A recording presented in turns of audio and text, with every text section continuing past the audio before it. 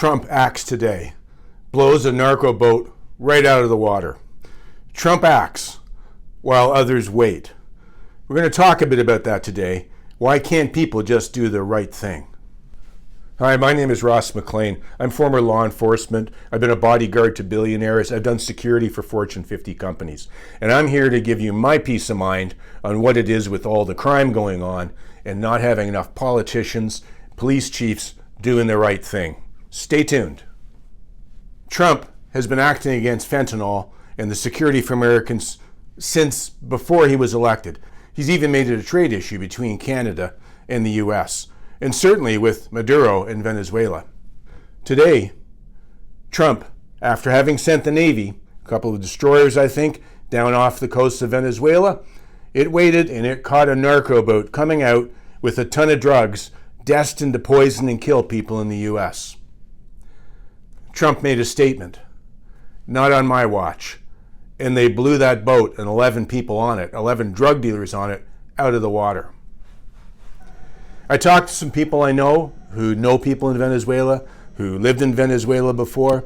He says there's a lot of cheering going up in Venezuela today.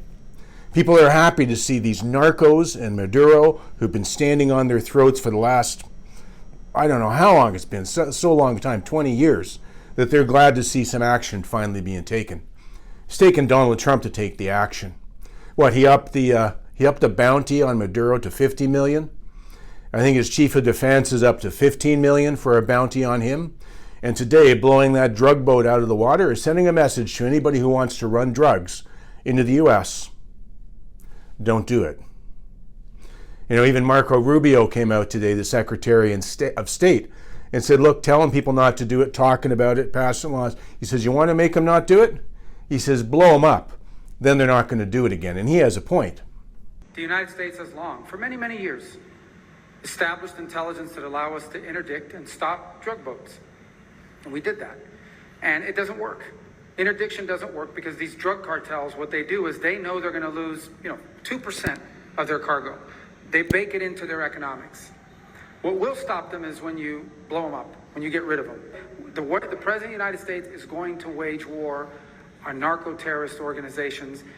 This one was operating in international waters, headed towards the United States to flood our country with poison. And under President Trump, those days are over. You know, one of the things we're failing to see today is politicians, leaders, police chiefs who don't act, who don't do the right thing when the right thing is obvious. You know, I studied Trump for quite a while. He's known as the guy who runs the fastest board meetings that you're ever going to sit in. Like, you sit in one of his board meetings and things happen, decisions get made. Why is it that way, though? Well, it helps that Trump is a smart guy, but it's how he runs his meetings. This is something everybody can focus on, and we need all the politicians to start focusing on, and the police chiefs to start focusing on. Don't focus on the problem. Trump doesn't want to hear about the problem. He'll get a room of all the best people together and he'll say, what's the solution? He wants to focus on the solution. You can talk all day about problems. You can talk for months about problems. And you never solve a problem. You just talk about problems. Trump wants solutions. And then when he gets the solution that is the right thing to do, his decision is real easy. He just says, do that. You're empowered. Go do that. Implement the solution. That's how Trump operates. That's why people like working for Trump. That's why Trump gets things done. But you know what's interesting? He has said before in the past that he will make these decisions to do the right thing, even if it brings him political heat and most other politicians wouldn't do it, or most people say, oh, don't do that. You're going to. No, if it's the right thing, he just does it. And he says, I'll take the heat. And in the end, he knows he's going to win. To do it. It's a lot of presidents wouldn't do what I'm doing. I don't need this heat. But when I watched television last night and I'm watching the news and I see that 9 people were killed in Chicago and 54 were badly wounded with bullets, I say, that's not this country. We have to do something. And I do say this. I say this very much. I'm not speaking to anybody but them right now. I would love to receive calls from governors and mayors saying they need help. We'll help them. Let's look at D.C. The crime is ridiculous in DC. I've been reading about it and seeing videos of it, of kids, 12, 14-year-old kids, kidnapping and carjacking Uber drivers and taxi drivers and people and killing them all over the place. It's ridiculous. People being assaulted, mugged, robbed, stabbed, shot at. It's ridiculous. No one was doing anything. So what did Trump do? He said, what are we going to do? What's the solution? Let's put all the cops and all the law enforcement we can in there, and let's squash the problem. He just did the right thing. Now, the problem for most people is so many politicians, they make money off of doing the wrong thing. Or they don't want the heat for doing the right thing. They literally won't do the right thing even when they know it. I mean, let's be honest here. We all know it. Look at yourself. Ask yourself this question. You do something wrong. You know what the right thing is to do to make it right. Or you got a problem where you want to get something solved. 95% of the time, the right thing to do is very obvious. Just that we don't always want to do it because maybe it's hard work, or we have to maybe get some heat for it, or we have to own up to something, or it's going to cause some resistance with the people who I've got to straighten out. No one's going to like to hear it, but you got to do the right thing. Let's look at Chicago. Trump has put up a crime map here of Chicago and all the crimes going on there. And you literally have a mayor and a governor there defending crime, defending murder, defending people being scared to get out of their homes, people who can't live in the streets, people who are being mugged. They got funerals every other day. People in their family had been murdered. But the governor and the mayor, I'm not even sure where the police chief stands on this. I sure hope maybe he's with the governor. That's what happens. You get the bad governor, bad mayor. Police chiefs stand with the bad politicians. Not all of them.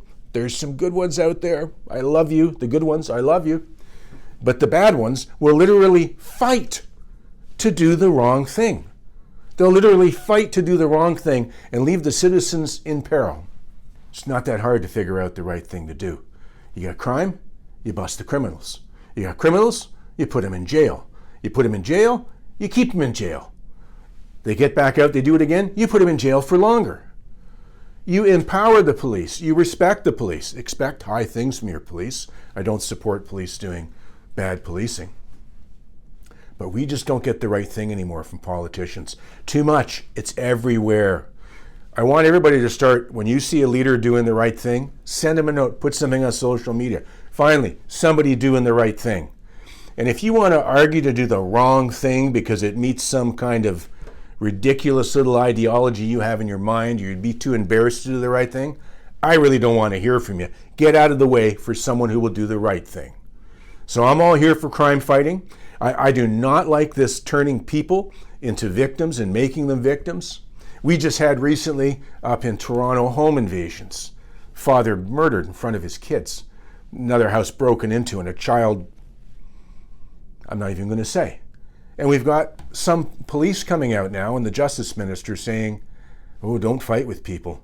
Don't fight with them. Just comply when someone breaks into your house. Just comply. But as it stands, we know the best defense for most people is to comply. As you've just heard, a number of safety recommendations will allow for those that are victimizing members in the community to leave and not harm anyone. The only thing I'd say is, if we are going to rely on our community members to take matters into their own hands to solve this problem, we have all failed our community. No, that's not what it is. It's not just comply. You know, we had another incident here. We've been seeing them where you hear all of this active shooter going on. Had a bunch of them in New York. I wrote a video on the one in New York, put a video out on it. And of course, the thing you're supposed to do when an active shooter is on is what? It's run, hide, and then be prepared to fight. That's what you're supposed to do to get away from an active shooter. But what are we getting now from the police too often with these situations is they say, oh, shelter in place, just hide there, don't do anything. What? That's not the way it goes. You either, when you know you've got an active shooter, some trouble in the area, the police should tell you which way to run to get out of there, get your family out of there, number one. Number two, if you're going to hide and you're going to hide in your place, you get ready to fight. You get ready to fight, defend your life and your family's life. That's what you do. Now, in some cases, and I tell people this all the time, if you're confident in your ability to fight and defend yourself, and you're pretty sure what you're going to do, by all means do it. If you're not comfortable with it and you're totally frail, you can't do anything about it, then you don't have to be doing it. But these days, everybody has to learn how to fight because the police are taking too long everywhere. Too long for calls. 3 minutes is a long time when you're calling 911 and the police aren't there, let alone if it's 10 minutes or 15 minutes. So I think it's time for people to start doing the right thing, to start demanding the right thing from their politicians, to start demanding the right things from their police chiefs, to go do the right thing, even if you have to take a little bit of heat for it, even if it's going to make the politician up above you a little bit dissatisfied with you. That's it. That's Ross McLean. Thank you for listening to the McLean Chronicles. I'm former law enforcement, done protection for billionaires. I've been around a lot of great leaders. And there's nothing like having great leaders who want to do the right thing because we all win in the end with the right thing. If you like my videos, please subscribe, follow, give me a comment in the comment section. Once again, this is Ross McLean for the McLean Chronicles.